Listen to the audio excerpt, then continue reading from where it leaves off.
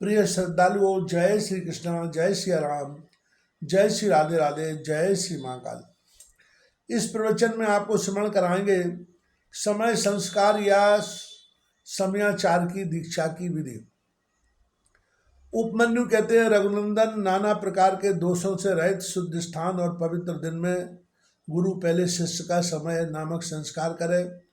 गंध, वर्ण और रस आदि से विधि पूर्वक भूमि की परीक्षा करके वास्तु शास्त्र में बताई हुई पद्धति से वहां मंडप का निर्माण करें। मंडप के बीच में वेदी बनाकर 8 दिशाओं में छोटे छोटे कुंड बनाए।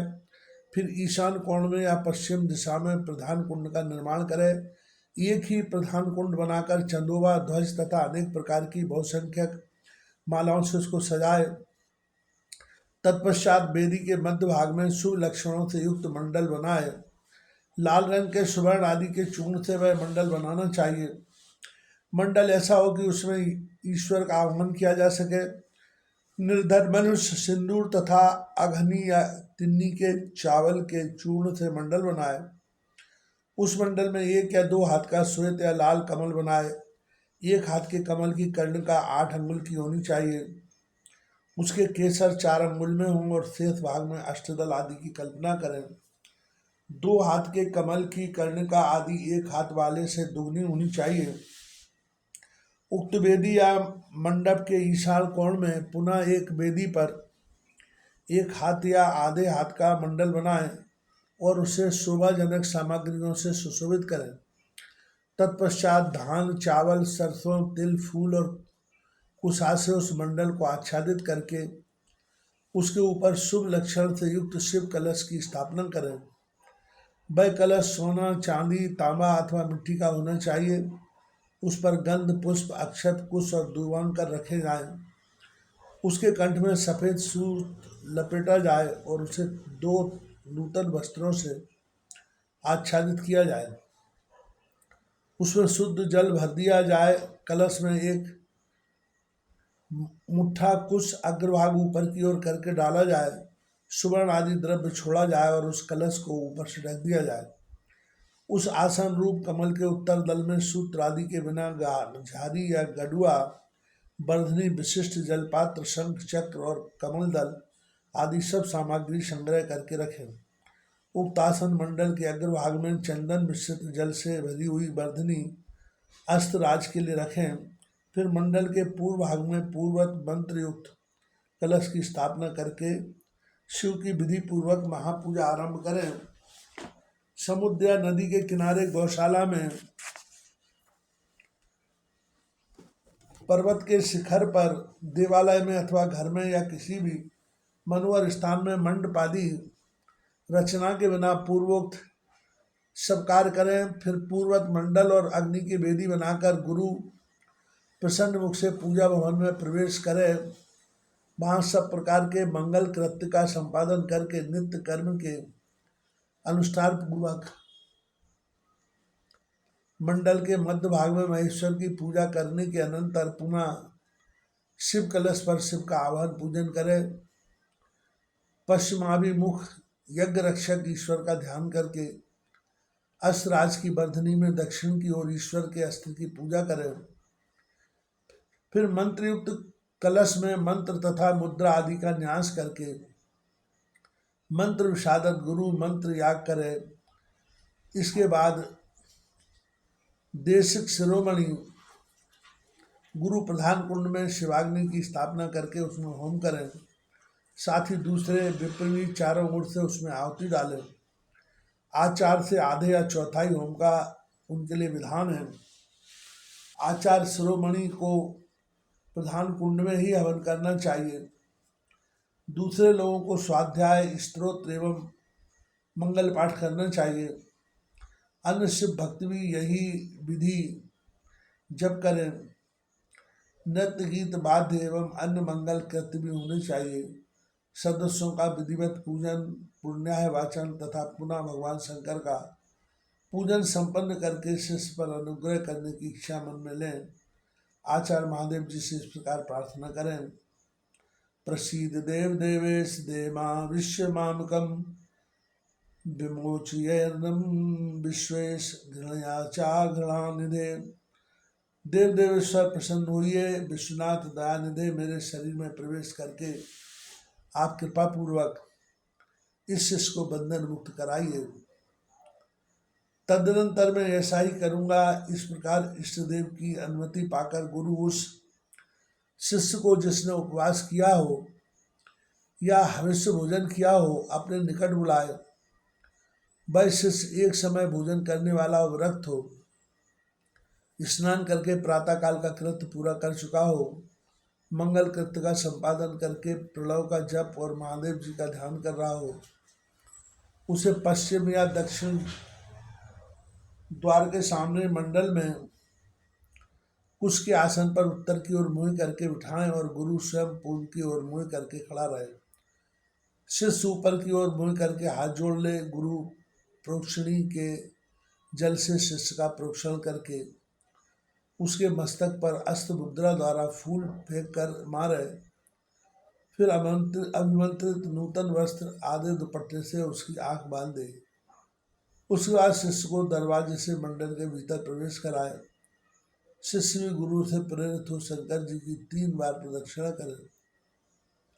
उसके बाद प्रभु को सुवर्ण मिश्रित पुष्पांजलि चढ़ाकर पूर्व या उत्तर की ओर मुँह करके पृथ्वी पर दंड की भांति गिरकर साष्टांग प्रणाम करे। तदनंतर मूल मंत्र से गुरु शिष्य का प्रोक्षण करके पूर्वत अस्त्र मंत्र के द्वारा उसके मस्तक पर फूल से ताड़न करने के पश्चात नेत्र बंधन खोल दे। शिष्य पुनः मंडल की ओर देखकर हाथ जोड़ प्रभु को प्रणाम करे। इसके बाद शिव स्वरूप आचार्य शिष्य को मंडल के दक्षिण अपने बाएं भाग में कुश के आसन पर बिठाए और महादेव जी की आराधना करके उसके मस्तक पर शिव का वरद हाथ रखें। मैं शिव हूँ इस अभिमान से युक्त गुरु शिव के तेज से संपन्न अपने हाथ को शिष्य के मस्तक पर रखे और शिव मंत्र का उच्चारण करें। उसी हाथ से वह शिष्य के संपूर्ण अंगों का स्पर्श करे। शिष्य भी आचार्य रूप से उपस्थित हुए ईश्वर को पृथ्वी पर गिरकर साष्टांग प्रणाम करें। तदनंतर जब शिष्य शिवाग्नि में महादेव जी की विधिवत पूजा करके 3 आहुति दे ले, तब गुरु पुनः पूर्वत शिष्य को अपने पास बैठा ले। कुशों के अग्रभाग से उसका स्पर्श करते हुए विद्या या मंत्र द्वारा अपने आप को उसके भीतर आविष्ट करें। तत्पश्चात महादेव जी को प्रणाम करके नाड़ी संधान करें। फिर शिव शास्त्र में बताए हुए मार्ग से प्राण का निष्क्रमण करके शिष्य के शरीर में प्रवेश की भावना करें। साथ ही मंत्रों का तर्पण भी करें। मूल मंत्र के तर्पण के लिए उसी के उच्चारण पूर्वक 10 आहुतियाँ देनी चाहिए। फिर अंगों के तर्पण के लिए अंग मंत्रों द्वारा भी क्रमशः 3 आहुतियाँ दें।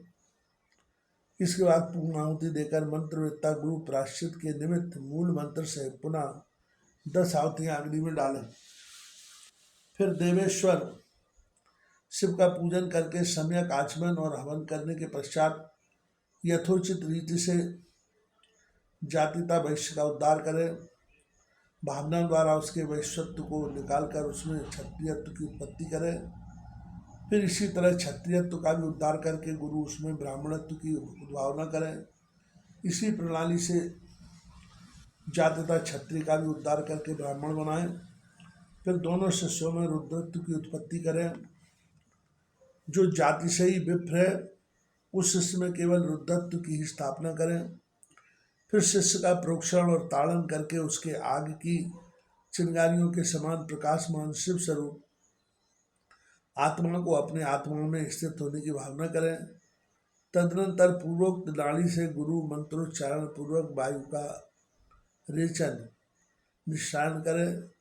वायु का निस्सारण करके उस नाड़ी के द्वारा ही शिष्य के हृदय में वह स्वयं प्रकाश करें।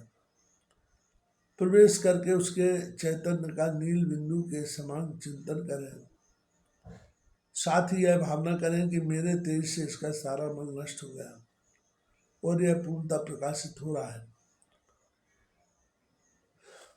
इसके बाद उस जीव चैतन्य को लेकर नाड़ी से शहान मुद्रा एवं पूरक प्राणायाम द्वारा अपने आत्मा से एकीभूत करने के लिए उसमें निविष्ट करें।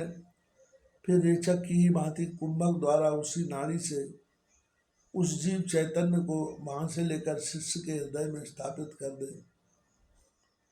तत्पश्चात शिष्य का स्पर्श करके शिव से उपलब्ध हुए यज्ञोपवीत को उसे देकर गुरु 3 बार आहुति दे, पूर्णाहुति होम करें।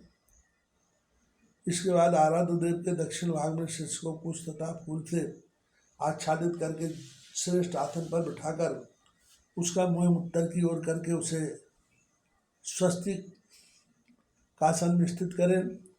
शिष्य गुरु की ओर हाथ जोड़े रहे। गुरु स्वयं पूर्वाभिमुख को एक श्रेष्ठ आसन पर खड़ा रहे और पहले से ही स्थापन पूर्वक सिद्ध किए हुए पूर्व घटना को लेकर शिव का ध्यान करते हुए मंत्र पाठ तथा मांगलिक वाद्यों की ध्वनि के साथ शिष्य का अभिषेक करें।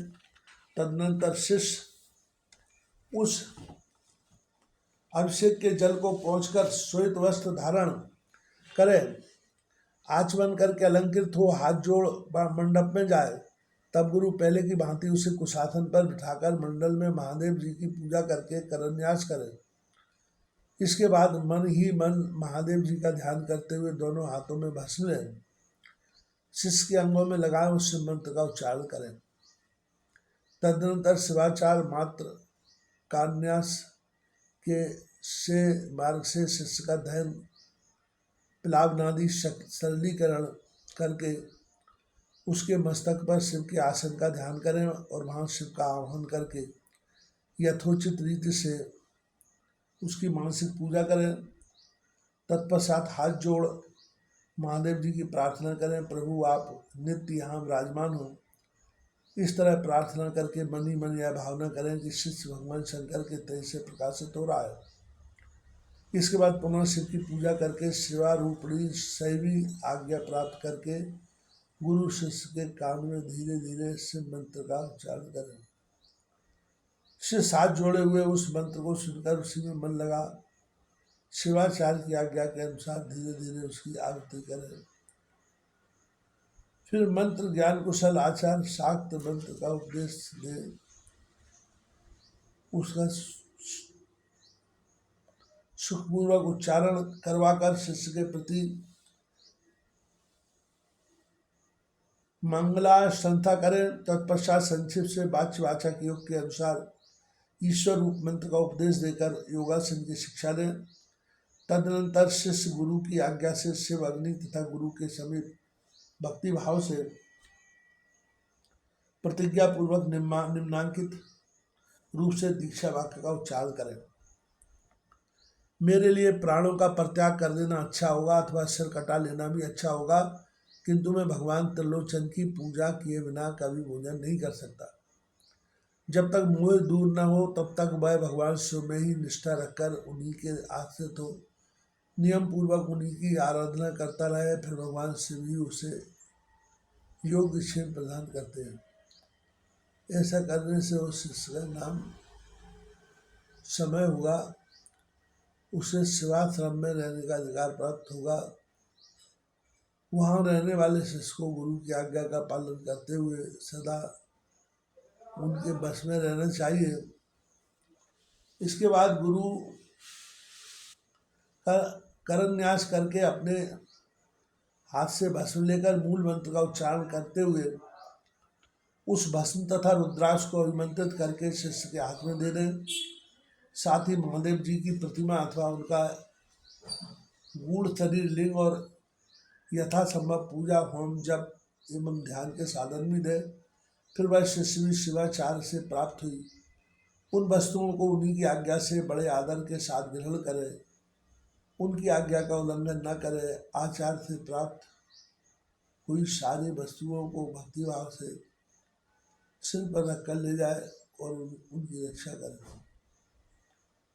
अपनी रुचि के अनुसार मठ में या घर में शंकर जी की पूजा करता रहे। इसके बाद गुरु भक्ति श्रद्धा और बुद्धि के अनुसार शिष्य को शिवाचार्य की शिक्षा दे। शिवाचार्य ने समयाचार के विषय में जो कुछ कहा हो, जो आज्ञा दी हो तथा और भी कुछ बातें बताई हूँ, उन सबको शिष्य सिरोधार्य करें। गुरु के आदेश से ही वह शिवागम का ग्रहण, पठन और श्रवण करे, ना तो अपनी इच्छा से करे और ना दूसरे की प्रेरणा थी। इस प्रकार मैंने संक्षेप में समाख्याय संस्कार अथवा समयाचार की दीक्षा का वर्णन किया है। यह मनुष्यों को साक्षात शिवधाम की प्राप्ति कराने के लिए सबसे उत्तम साधन है।